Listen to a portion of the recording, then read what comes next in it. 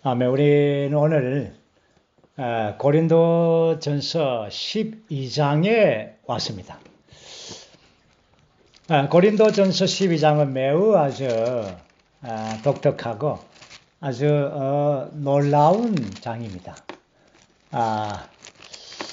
하나님의 행정의 수행함에 있어서 아주 중심적인 이러한 지점이죠. 우리는 지금 11장에서부터 16장까지 이러한 하나님의 행정의 영역 안에 있는 문제, 이 5방면을 보고 있습니다. 다시 한 번 더 그 방면을 먼저 설명을 드린다면, 우리가 11장에서 두 가지의 문제를 보았습니다. 그것은 바로 머리대심의 문제와 만찬의 문제. 하나님의 행정의 영역 안에서 가장 첫째 위치는 바로 그리스도의 머리 되심입니다. 이것은 바로 우주적인 통치적인 하나님의 행정과 관련된 것입니다. 이러한 하나님의 이러한 머리 되심을 지키기 위하여 교회 안에 이러한 여자들이 머리를 덮는 문제를 다루고 있습니다. 이러한 자매님들의 머리에 수건을 덮을 때 여기에 하나님의 머리 되심이 이렇게 세워지는 것입니다. 그렇기 때문에 하나님께서 그분의 행정 안에서 매우 중요한 첫째적인 이러한 문제인 것입니다. 그 문제가 자매님들의 동력에 달린 것입니다. 두 번째의 문제는 만찬이죠. 이 만찬의 문제가 사실 이러한 한 몸에 관한 문제입니다. 이러한 그분의 통치적인 방면의 두 번째에서는 이러한 만찬, 그분의 한 몸, 분열되지 않은 한 몸을 통해서만이 그분의 행정이 수행되는 도구입니다. 그러므로 한 몸이 이러한 하나를 나타내고 간증하고 표징하고 또한 하나를 건축하는 것입니다. 이것은 하나님의 그분의 행정에서 매우 중요한 방면이죠. 머리와 몸은 매우 아주 중요한 것입니다. 그리고는 이제 오늘 다루게 되는 12장부터 14장까지는 영적인 은사들입니다. 영적인 은사들의 문제를 다루는데 3장을 기록하고 있습니다. 아주 많이 기록한다는 것은 그만큼 중요하고 또 자세하게 상세하게 기록한다는 의미입니다. 다시 말해서 이러한 그리스도의 몸, 이러한 한 몸이 그분의 행정을 수행하는 수단이죠. 그런데 이 한 몸은 많은 지체들로 구성되어 있습니다. 이것이 바로 지체들 안에 있는 은사들입니다. 그러므로 모든 지체들의 은사들의 기능을 통하여 기능을 발휘함으로 이러한 몸이 건축될 뿐 아니라 이 한 몸을 통하여 하나님의 행정이 수행되는 것입니다. 그리고는 우리가 15장에 가게 되면은 부활의 문제를 다룹니다. 이런 앞에서 언급한 이 세 항목들은 다 부활 안에 있다는 것입니다. 그래서 만약에 부활이 없다면 하나님의 행정이 없는 것입니다. 이 땅에서 그분의 행정이 수행되는 그 어떤 지점도 모두가 다 부활 안에 있는 것입니다. 그날에 부활하는 것이 아니라 오늘 지금 부활 생명이 우리 안에서 역사하는 것입니다. 그 다음에 이제 마지막 항목이 16장에서 이러한 물질적인 소유의 문제를 다룹니다. 물질의 소유의 문제를 하나님의 행정의 문제의 마지막 항목에 둔 것입니다. 그것은 바로 이러한 세상의 묶임, 물질은 우리를 묶습니다. 여러분들이 우리 모두가 다 인정하든 인정하지 않든 우리는 다 물질에 묶여 있습니다. 이것이 해방될 필요가 있습니다. 어떻게 해방됩니까? 부활 안에서 해방되는 것입니다. 이것이 하나님의 행정 안에서 매우 중요한 것입니다. 물질이 우리 안에서 해방될 뿐 아니라 해방된 이 물질이 부활 안에서 하나님의 행정을 위하여 사용된다는 것입니다. 이렇게 해서 우리는 이 11장에서 16장까지 5가지의 문제가 하나님의 행정의 영역 안에 있는 문제임을 보았습니다. 오늘 우리는 12장에서 아주 자세하게 이러한 은사의 문제를 다루게 될 것입니다. 12장은 오늘 12장만 다루기를 원합니다. 그리고 다음 시간에는 13장과 14장을 이렇게 다루죠. 12장은 몸에 대한 책이라고 다들 말하죠. 우리 추구하는 지체들은 대부분 다 그리스도의 몸에 대하여 말할 때 고린도전서 12장을 많이 언급합니다. 그리고 로마서 12장, 몸에 대한 책이죠. 그리고 에베소서 1장에서 6장까지 그 전체는 다 몸에 대한 계시의 책입니다. 이렇게 해서 바울의 사역에서는 아주 몸에 대한 이 계시와 이상을 깊이 있게 다룹니다. 왜 그렇습니까? 바울의 완성하는 사역이 바로 하나님의 경륜 안에서 몸을 갖는 것입니다. 그분의 몸이, 비밀한 몸이 이 땅에서 있어야만이 이 땅에서 하나님의 행정이 수행되고 그분의 목적과 그분의 뜻이 이 땅에서 이루어지기 때문에 그렇습니다. 이제 우리는 이 은사들의 문제를 이제 다루게 될 것입니다. 이 은사들을 다룰 때에 이 네 가지 이제 중심적인 소항목이 있습니다. 첫째는 이 은사에 관하여 통제하는 원칙이 있습니다. 통제하는 원칙이 무엇인가? 그것은 말함입니다. 말. 두 번째는 이러한 그 영께서 나타나심. 우리의 은사들은 다 그 영의 나타나심입니다. 그 다음에 세 번째가 그 몸입니다. 오늘 이것이 굉장히 이번 메시지에서 중요한 항목이죠. 몸에 이러한 많은 지체가 있지만 한 몸임을 보는 것. 한 몸에 대한 이상과 계시가 너무나 중요하죠. 그리고는 네 번째 소항목은 이제 은사자들. 이것은 바로 하나님의 행정을 이러한 수행하는 이러한 은사자들을 말합니다. 이렇게 해서 이 네 소항목, 말함, 그 영, 그 몸, 하나님의 행정, 이 네 소항목이 12장에 구성되어 있습니다. 이제 우리는 먼저 첫 번째 소항목인 이 은사들을 다루기 전에 아주 기본적인 것이죠. 은사가 무엇인가? 은사는 무엇입니까? 무엇입니까? 말하는 것입니다. 어렵게 말하는 것입니다. 어린아이가 태어나서 말하게 되기까지 시간이 좀 걸립니다. 그렇죠? 바로 태어나서 말하는 아기는 아마 이 세상에 없을 것 같습니다. 없습니다. 그렇죠? 그가 자라고 우유를 먹고 뭔가 이렇게 좀 자라서 안에 어떤 기능이 발전되고 좀 나아져야만이 뭔가 또 이렇게 말을 이제 많이 듣고 이렇게 해서 이제 말이 튀어나와서 엄마, 아빠 이렇게 나옵니다. 이것이 그 아이의 은사가 나오는 겁니다.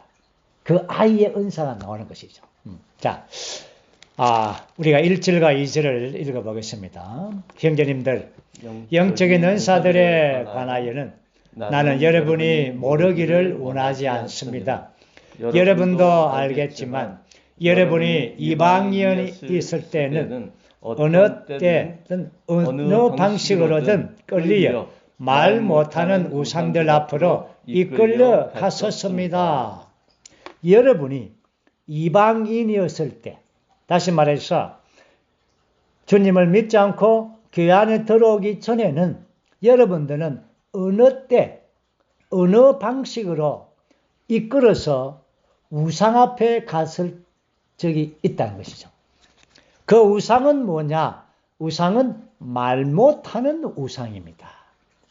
여기서 바울이 지금 지적하는 것은 말 못하는 우상을 먼저 언급해 주고 있습니다. 왜 그렇습니까?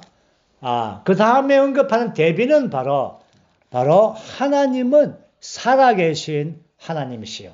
하나님은 말씀하시는 하나님이시라는 것입니다. 우상은 말하지 못합니다. 그리고 우상 앞에 있는 사람들은 다 말할 필요가 없습니다. 우상과 같이 말 안 하고 가만히 있으면 됩니다.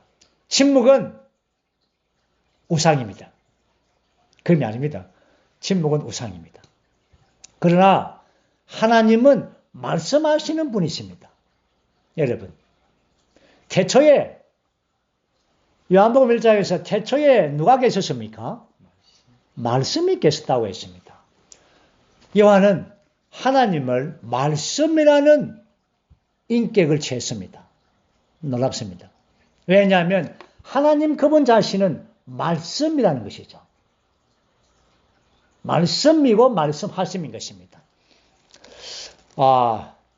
우리의 체험에 의하면 우리는 물론 세상 말을 말하는 것이 아닙니다. 하나님의 말씀, 이 말씀을 우리가 하면 할수록 더 기능이 살아나고 또 기능이 개발됩니다. 은사가 발전되는 것이죠. 제가 기독교 안에 있을 때 우리 모두가 다 그런 체험이지 않습니까? 거기는 성직자 제도가 있습니다. 목사님들만이 거기에 단에 올라가서 말씀을 전합니다. 저는 어느 날 저도 말씀을 참 전하고 싶은 부담이 생겼습니다. 그래서 목사님에게 한번 찾아갔어. 목사님, 저는 혹시 수요일 날 있는데 말씀을 전하면 안 되겠습니까? 목사님이 아주 놀래가지고 박 집사님은 강대권이 없습니다. 예? 강대권이 없대요. 다시 말해서 목사 안수를 받은 사람만이 그 자리에 서서 말한다는 것입니다. 그래서 그 강대권을 갖기 위해서 제가 목사가 되려고 통신 신학을 하면서 이제 신학을 막 준비를 하고 이제 나도 분명히 말씀을 해야 되겠다. 그런데 어느 날 회복되었습니다. 회복되면서 하는 회복이 제일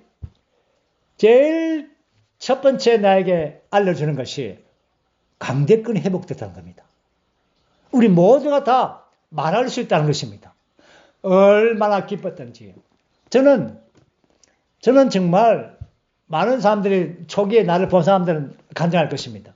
나는 일주일 동안 그 강대권 3분을 회복하기 위하여 일주일 동안 수고했습니다. 그리고 토요일 날 그 신노트를 써가지고 계속해서 그걸 보고 말하고 안 볼 정도로 그렇게 외우기도 하고 그렇게 해서 집회가 시작되면 제1번 이랬었습니다. 제1번 강대권이 회복되었다. 얼마나 기쁜지 모릅니다. 왜 그런지 모르겠어요. 그러면 가만히 있으면 될 텐데. 그렇죠? 어쨌든 우리 모두에 다 체험이겠죠. 주의 회복은 모든 지체들이 니골라 당의 이러한 성직자 제도에서 해방되어서 모든 지체들이 다 기능이 있다는 것입니다. 기능을 발휘하는 것입니다. 그래서 그 기능이 어린 나이 때 그 기능이 무엇인가? 바로 3절입니다. 3절 읽어보죠. 그러므로 내가 여러분에게 알려드립니다. 하나님의 영 안에서 말하는 사람은 아무도 예수님은 저주를 받으십시오 라고 말하지 않으며 성령 안에 있지 않고는 아무도 예수님을 주님이시다 라고 할 수 없습니다. 바로 이겁니다. 은사라는 것은 특별한 것이 아니라 말을 잘하는 문제가 아니라 주 예수님은 주님이십니다. 이렇게 말하는 것입니다. 이것이 은사라는 것입니다. 우리가 찬송을 부를 때에 그 찬송의 시를 선포하는 것, 시와 찬미와 신령한 노래로 화답하고 선포하고 외치고 이것이 은사입니다. 이것이 기능입니다. 그럴 때에 우리가 주 예수님을 시인하고 부를 때에 우리는 주님을 나의 주로 시인할 뿐 아니라 그분의 달콤한 인격이신 그분을 우리가 누리는 것입니다. 자, 이것이 첫 번째 이러한 은사를 이제 말할 때에 우리에게 바울 행전님은 우리에게 첫 번째에 이러한 원칙, 통제하는 원칙을 주었습니다. 자, 이제 4절부터 이제 오늘 11절까지 이제 그 영의 은사가 나타남을 볼 것입니다. 수많은 은사가 있지만 바울은 여기에서 9가지의 이러한 생명의 은사와 기적의 은사를 통합해서 9가지를 이렇게 다루고 있습니다. 우리는 이 부분을 한 항목 이제 볼 것입니다. 4절과 5절과 6절 이 세 구절 한번 읽어보겠습니다. 그러나 은사는 여러 가지이지만 그 영은 한 분이십니다. 그리고 사역은 여러 가지이지만 주님은 한 분이십니다. 일은 여러 가지이지만 모든 사람 안에서 모든 것을 운행하시는 하나님은 한 분이십니다. 여기에 4절과 5절과 6절은 삼일 하나님을 보여주고 있죠. 4절에서는 그 영, 5절에서는 주님, 6절에서는 하나님. 여기에 그 영을 언급할 때는 여기에 은사입니다. 다시 말해서 은사는 여러 가지지만 그 영은 한 분입니다. 우리의 이러한 은사는 다 그 영을 통하여 그 영을 한량없이 그 영을 누리고 체험할 때 그 영을 통하여 여러 가지의 은사가 나오는 것입니다. 그리고 주님은 한 분이십니다. 주님이 한 분이죠. 그러나 사역은 여러 가지입니다. 우리는 이러한 주님을 통하여 이러한 사역은 뭡니까? 봉사입니다. 우리의 봉사는 여러 방면에서 봉사를 하는 것입니다. 몸 안의 모든 지체들의 이러한 봉사는 다 다르죠. 코와 입과 눈과 귀와 손발이 다 그들의 기능과 봉사가 다른 것입니다.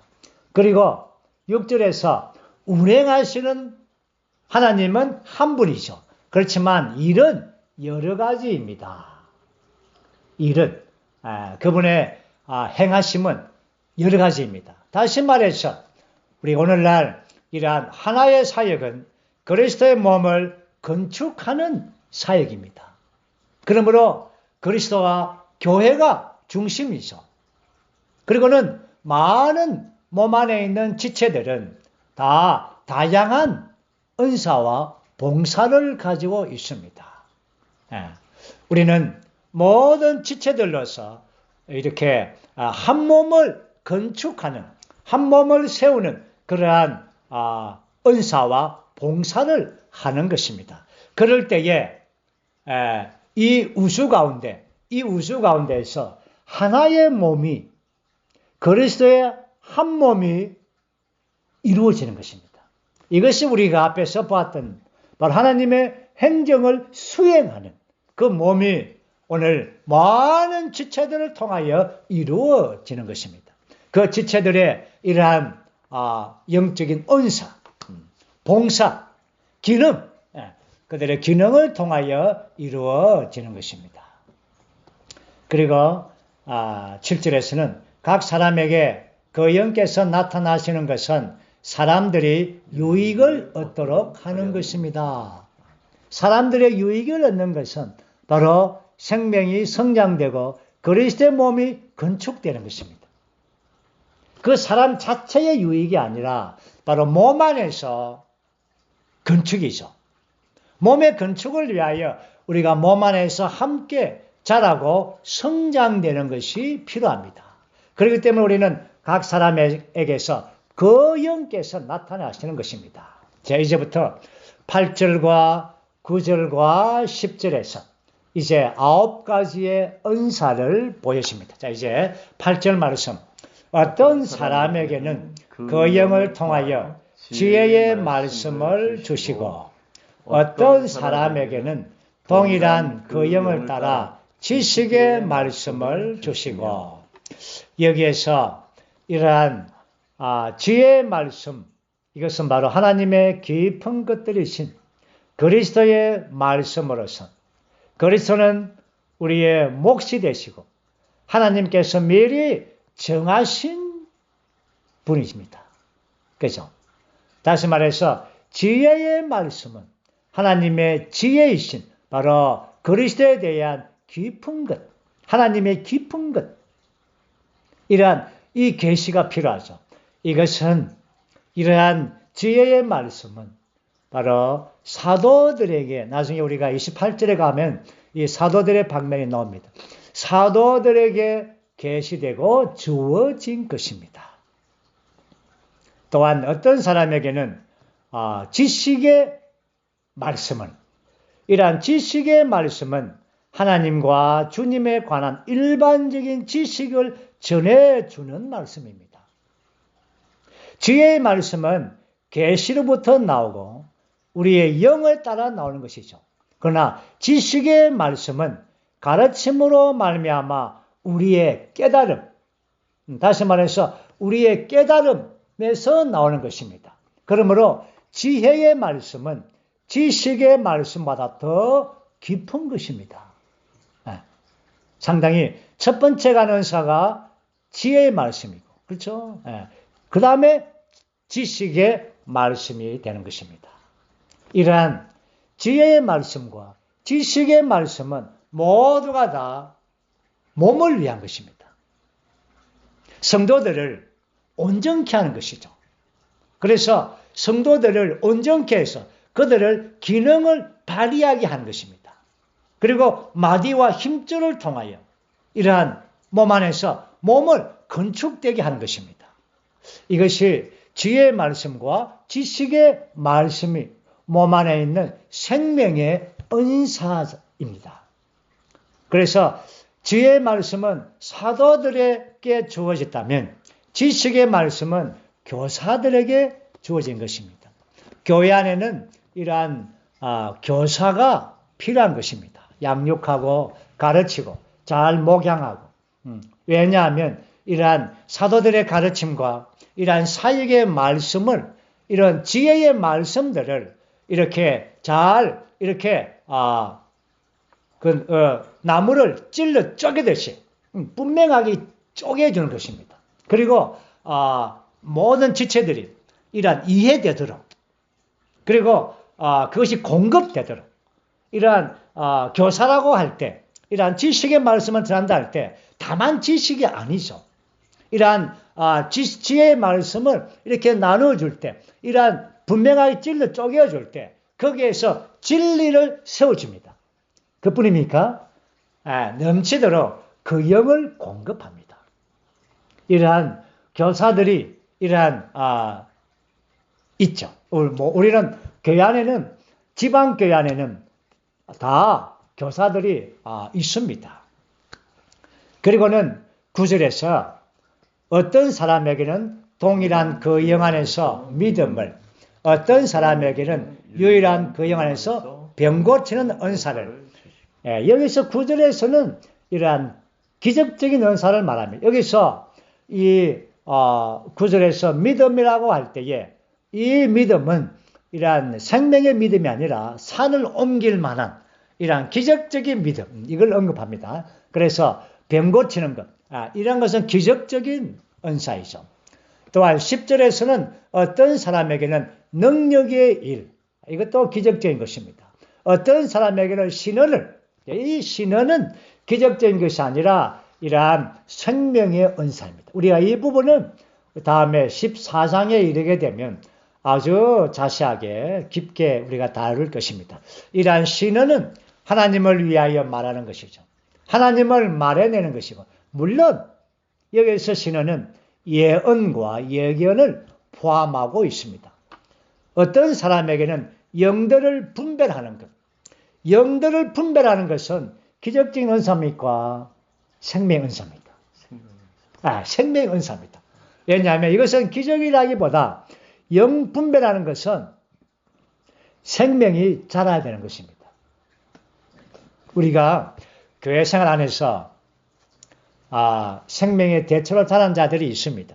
생명이 자란 자들은 그것이 하나님께서 나온 것인지, 그것이 사탄에게서 나온 것인지, 그가 말하는 그 영이 생명인지 지식인지 분별을 해내는 것입니다. 그것이 영인지 혼인지, 이것이 분별을 해내. 그래서 영을 분별하는 것은 생명의 이러한 은사이고, 또한 생명이 자라야만이 그러한 분별을 할 수가 있습니다. 그리고 마지막에는 어떤 사람에게는 다른 언어를, 어떤 사람에게는 또한 다른 언어의 통역을, 이러한 다른 언어와 통역은 기적적인 것입니다. 이건 생명과 상관이 없는 것입니다. 기적적인 것이죠. 자, 이렇게 해서 이러한 9가지의 은사를 열게 했습니다. 다시 한 번 더 우리가 이 부분을 요약한다면, 이러한 생명의 은사는 첫 번째 가장 깊은 것은 지혜의 말씀입니다. 두 번째는 지식의 말씀. 세 번째는 신은. 네 번째는 영 분별하는 것. 이 네 가지가 바로 생명에 관한 은사입니다. 그리고 기적적인 은사는 이러한 믿음, 산을 옮기는 이러한 믿음, 병고침, 능력의 일, 그 다음에 방언, 통역, 이러한 것들은 기적적인 은사입니다. 바울은 이러한 두 방면을 다 함께 언급하고 있습니다. 이제 우리는 11절 말씀. 그러나 이 모든 일은 한 분이신 동일한 그 영께서 운행하시어 그분께서 목적하시는 대로 각 사람에게 각각 주시는 것입니다. 나누어 주시는 것입니다. 이것은 하나님께서 그분의 운행하심을 따라서 그분의 목적을 위해서, 그 목적에 따라서 각 사람에게 이렇게 나누어 주시는 것입니다. 우리가 그 목적은 우리가 알듯이 한 몸을 세우는 것입니다. 이제 우리는 이 12장에서 가장 핵심적이고 중심적인 이 단락에 왔습니다. 12절부터 우리는 27절까지를 볼 터인데, 이것은 많은 지체가 있는 한 몸입니다. 이제 우리는 한 몸에 관하여 자세하게 볼 것입니다. 이 항목에서 가장 중심적인 이 구절은 12절과 13절이죠. 12절부터 먼저 한번 보겠습니다. 12절. 왜냐하면 몸은 하나인데 많은 지체가 있고 몸의 지체는 많지만 모두가 한 몸인 것 같이 그리스도도 그와 같으시기 때문입니다. 여기에 그리스도도 할 때 그 그리스도, 이것은 바로 단체적인 그리스도입니다. 이것은 머리신 그리스도와 몸인 그리스도를 다 포함하고 있죠. 한 몸인 그와 같이 그리스도도 그와 같으십니다. 우리는 이 그리스도의 몸에 관하여 많이 우리가 듣고, 또 이번 주에 이러한 결정의 말씀도 교회의 내재적인 본질과 이러한 성장과 건축과 교통을 우리가 다루고 있습니다. 그것은 바로 몸에 관한 항목이죠. 이 그리스도의 몸은 유기적이고 또한 내재적인 방면입니다. 그렇기 때문에 우리가 이 부분은 지혜와 계시가 우리 안에서 필요합니다. 그러나 바울은 이 그리스도의 몸을 설명하기 위하여 사람의 몸을 언급합니다. 아주 합당하죠. 우리 사람의 몸은 그리스도의 몸처럼 아주 비교가 되는 것입니다. 나중에 이 부분을 자세하게 이렇게 설명하고 있습니다. 우리가 알듯이 우리가 사람의 몸은 제가 지금 이렇게 말하고 있지만 우리가 내가 입만 말하는 것이 아니죠. 손과 발과 온 귀와 모든 이 눈과 모든 지체들이 다 협력합니다. 그렇죠? 함께 이 교통 안에 있는 것이죠. 말함 안에 있는 것입니다. 이제 우리는 13절 아주 가장 핵심적인 구절입니다. 13절 한번 읽어보죠. 우리가 유대인이나 헬라인이나 노예나 자유인이나 모두 한 영 안에서 한 몸 안으로 침례받았고 또 모두 한 영을 마시게 되었습니다. 우리가 12장 13절은 우리가 침례받을 때도 몸 안의 침례에 대해서 설명할 때 이 구절을 말합니다. 또한 한 몸을 우리가 설명할 때도 이 구절을 함께 말하고 있죠. 여러분들은 이 12장 13절 이 구절에서 가장 중심되는 단어를 여러분들은 어느 단어를 취하겠습니까? 한 몸. 한 영입니까? 한 몸입니까? 침례입니까? 한 영입니까? 마시는 것입니까? 어느 것을 취하겠습니까? 한 몸. 한 몸입니까? 아멘. 오늘 아주 이 부분은 우리가 아주 새롭게 또 정말 많이 들었지만 그건 또 새롭게 듣기를 원합니다. 오늘 처음 듣는 것처럼 듣기를 원합니다. 오늘 우리가 이 부분을 자세하게 우리가 이 부분을 듣고 또 이해하고 또 누린다면 이 13절에서 가장 중심적인 단어가 마신다는 것을 깨닫게 될 것입니다. 마신다. 다시 말해서 여기에 한 영 안에서 한 몸 안으로 침례를 받죠. 한 영 안에서 매우 중요한 단어입니다. 우리는 모두가 다 한 영 안에서 한 몸 안으로 침례 얼마나 좋습니까? 삼위 하나님 안으로 몸 안에 넣어줬습니다. 또한 한 영을 마십니다. 여기에서 우리가 왜 한 몸 안을 침례받았습니까? 우리가 왜 한 영 안에 침례받았습니까? 우리가 왜 모두 한 몸 안에 있습니까? 왜 그렇습니까? 마시는 것입니다. 침례는 몸 안의 침례는 영 단번에 일어나는 것입니다. 그러나 마시는 것은 계속적인 겁니다. 계속적인 것입니다. 지금도 우리가 뭐하고 있습니까? 마시고 있습니다. 마시고 있습니다. 저도 여러분도 함께 마시고 있습니다. 마시는 것입니다. 새 예루살렘에 가서도 마시는 것입니다. 새 예루살렘의 특징이 무엇입니까? 온 새 예루살렘 성에 모든 성의 지체들이 다 마시는 것입니다. 하나의 강이 온 성을 흐르면서 다 마시는 것입니다. 마시는 것입니다. 아멘. 다시 한 번 더 우리가 이 부분을 설명을 제가 또 하겠습니다. 결혼이 있습니다. 결혼은 참 좋죠. 설레이고, 그렇죠? 그래서 약혼을 해서 이제 결혼 날짜를 이 두 처녀 총각이 기다립니다. 결혼 날짜를 기다리죠. 그래서 결혼식의 날 다가왔습니다. 결혼식은 결혼에 대한 확정입니다. 그렇죠? 예. 그런데 결혼식은 결혼을 위한 것입니다. 결혼식은 하루이지만 결혼은 50년 될지 70년 될지 모릅니다. 아주 죽을 때까지 결혼 생활을 하는 것입니다. 다시 말해서 침례는 결혼식과 같습니다. 그러나 마시는 것은 매일매일 결혼을 누리는 것입니다. 왜 결혼했습니까? 결혼을 마시기 위해 한 거 아닙니까? 결혼을 누리는 것입니다. 함께 있으면은 부부 함께 있으면은 즐거워하죠.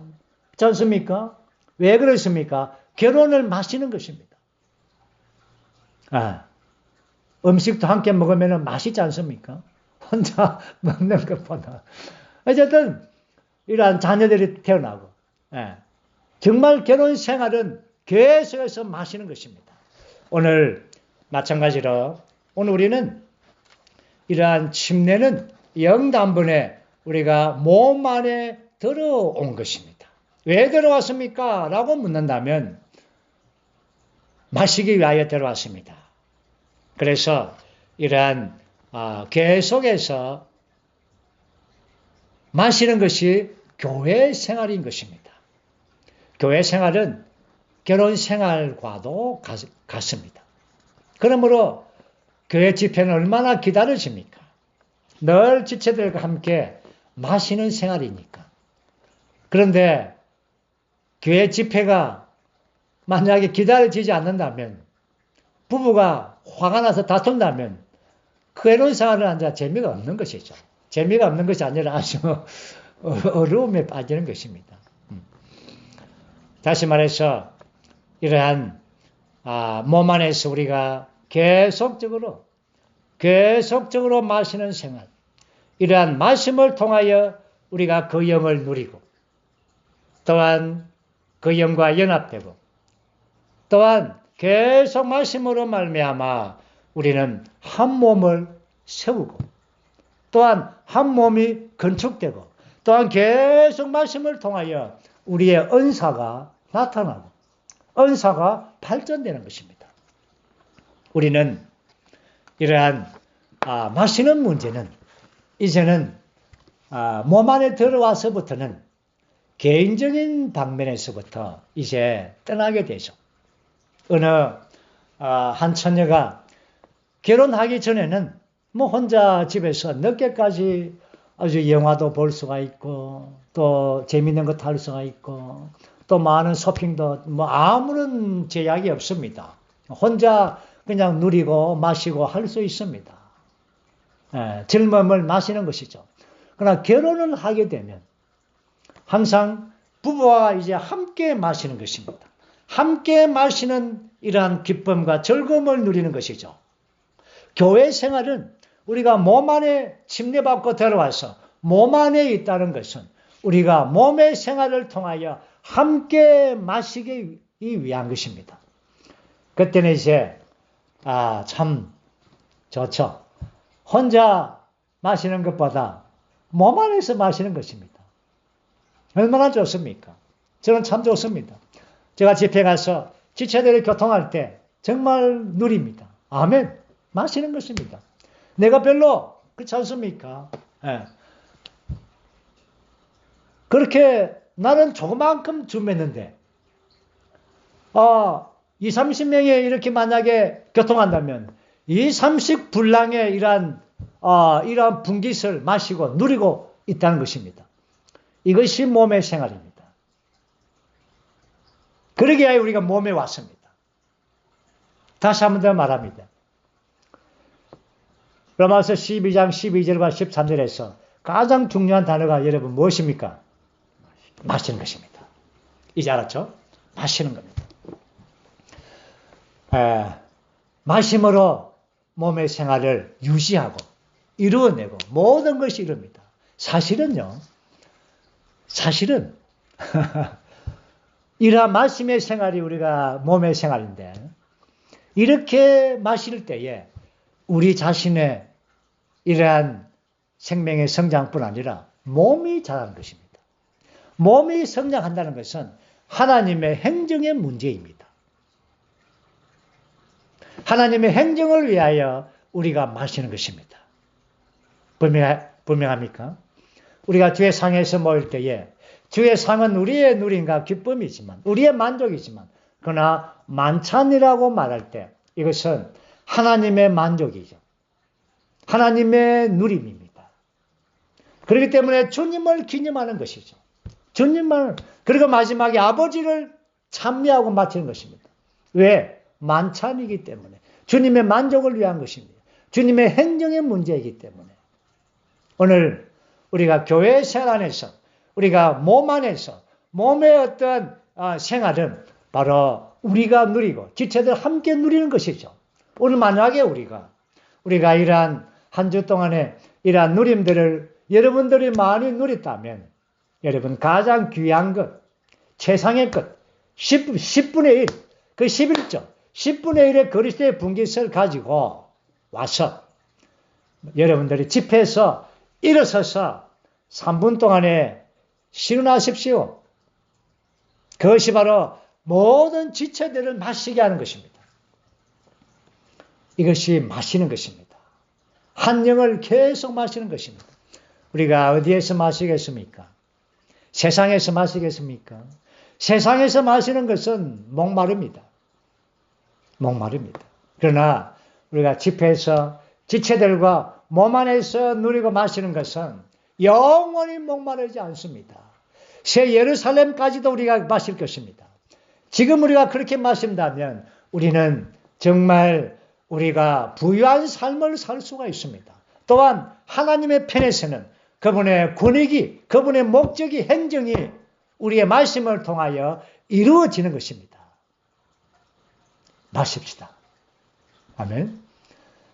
우리가 지체들 마시도록 우리가 준비하고 또한 지체들 교통할 때 아멘으로 마십시다. 이것이 교회 생활입니다. 단순합니다. 복잡하지 않습니다. 교회 안에 누가 어떤 되려나 누가 또 어떻게 하냐 요구 이런 게 아닙니다. 교회는 그런 곳이 아닙니다. 교회의 본질과 내재적인 의미는 마시는 겁니다. 마셔야 되는 겁니다. 오늘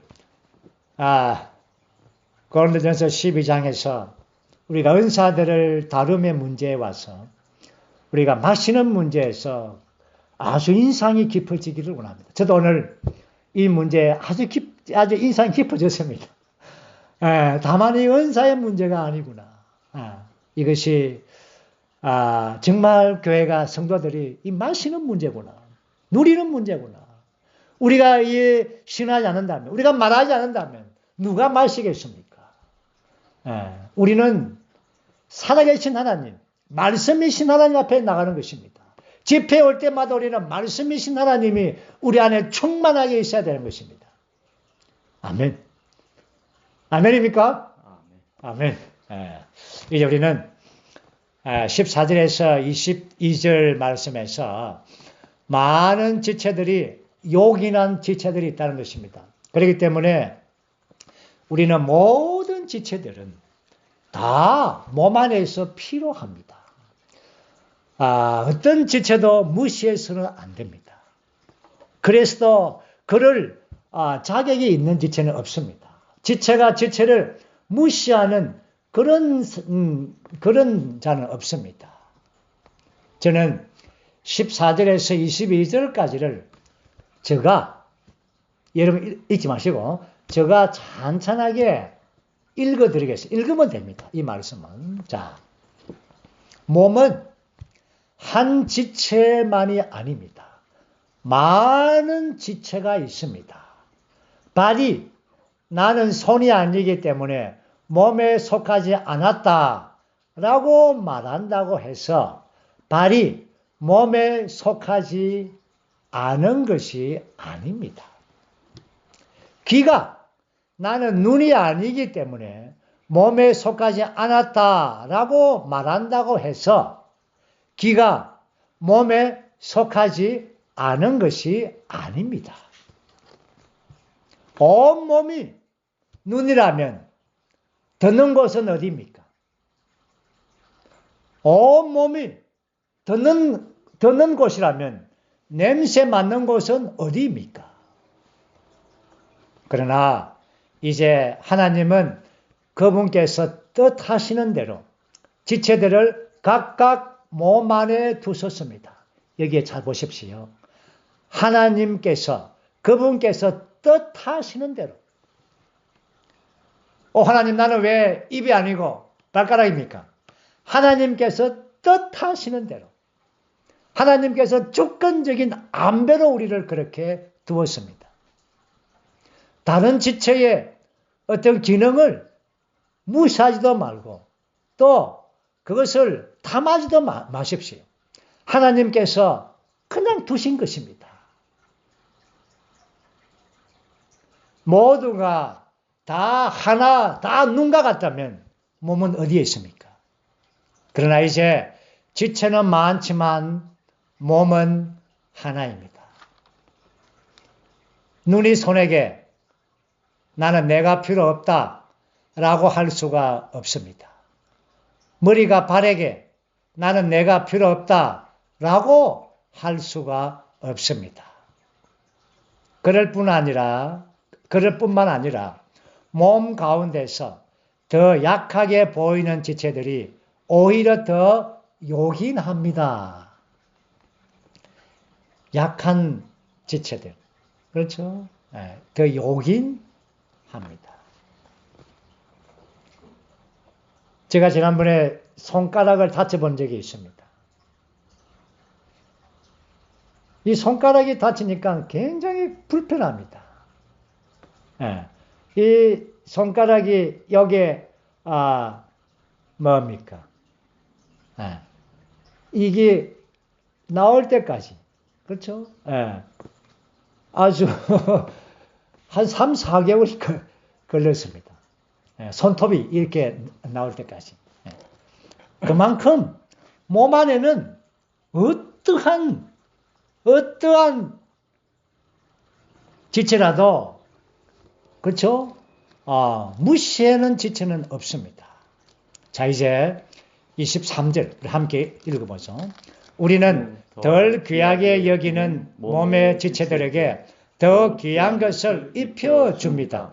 그리고 우리의 아름답지 못한 지체들은 더욱 아름다운 것을 얻게 되지만 24절 매우 중요한 구절입니다. 우리의 아름다운 지체들은 그럴 필요가 없습니다. 하나님은 몸을 고르게 섞으시어 부족한 지체에게 더욱 귀한 것을 주셨습니다. 여기에 몸을 고르게 섞으시어 여기에 섞다라는 말은 서로 조절된다는 의미를 함축하고 있습니다.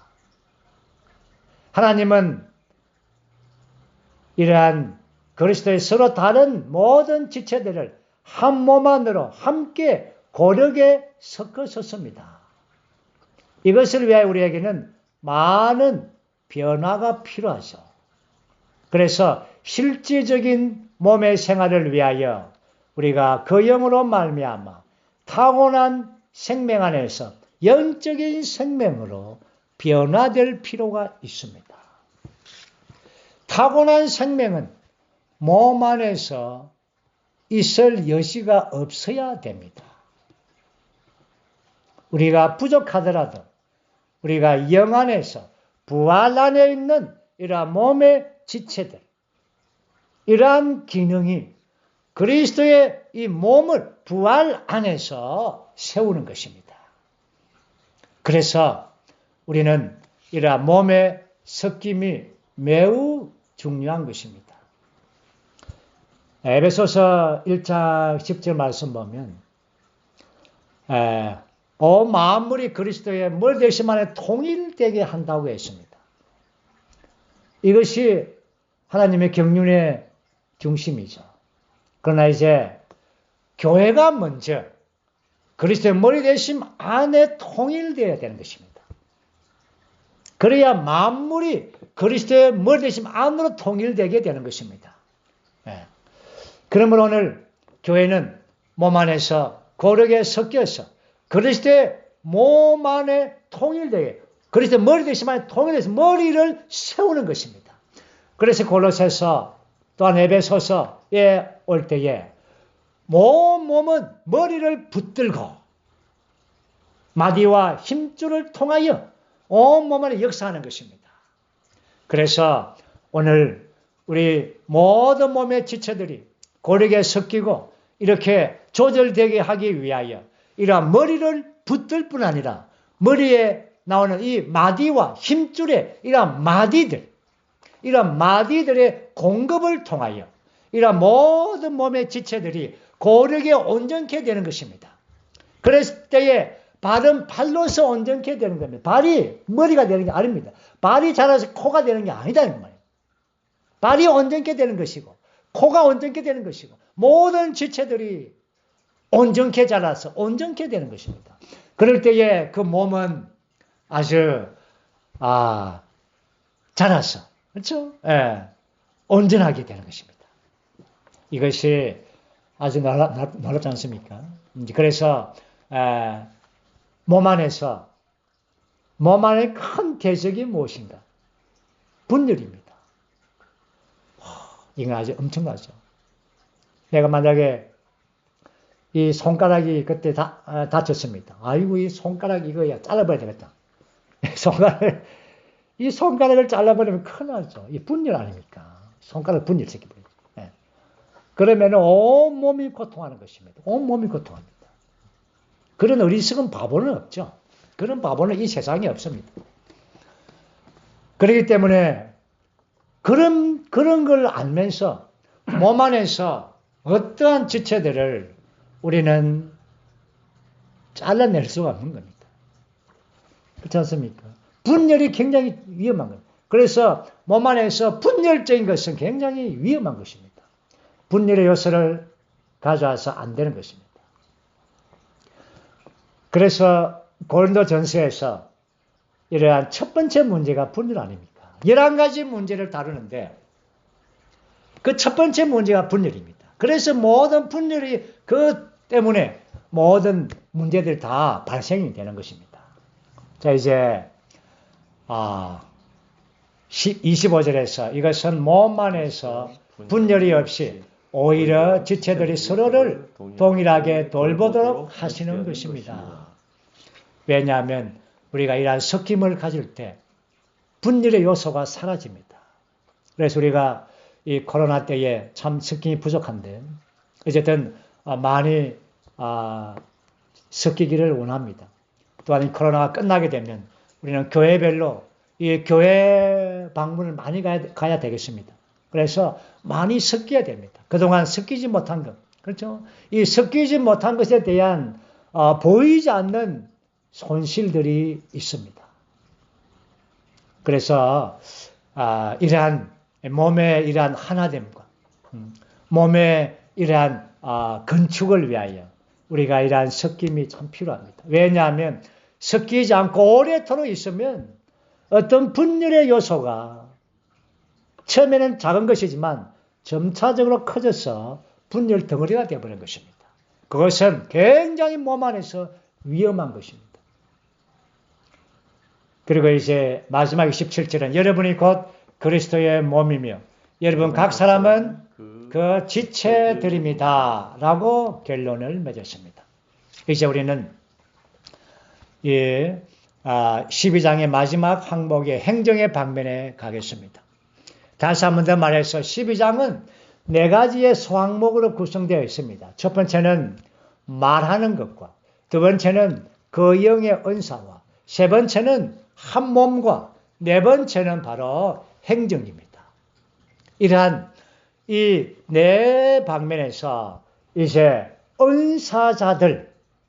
은사자들이 교회 안에 있다는 것입니다. 왜 있습니까? 왜 하나님께서는 은사자들을 두었습니까? 하나님의 행정을 이 땅에서 수행하시기 위한 것입니다. 이제 28절 말씀.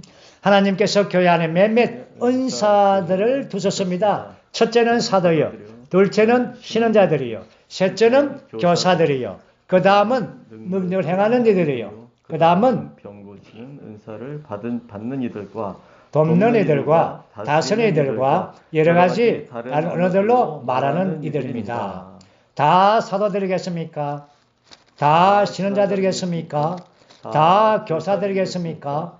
다 능력을 행하는 이들이겠습니까? 다 병 고치는 은사를 가지고 있겠습니까? 다 다른 은사들을 말하겠습니까? 다 통역을 하겠습니까? 아니요. 그 답은 아니요. 아니옵니다. 다시 말해서 교회 안에서 이러한 하나님의 행정을 수행하기 위하여 은사자들을 두었다는 것입니다. 사도와 신원자들과 교사와 또한 많은 은사자들이 있습니다. 또한 지방교회 안에서는 장로들과 또한 집사들이 있습니다.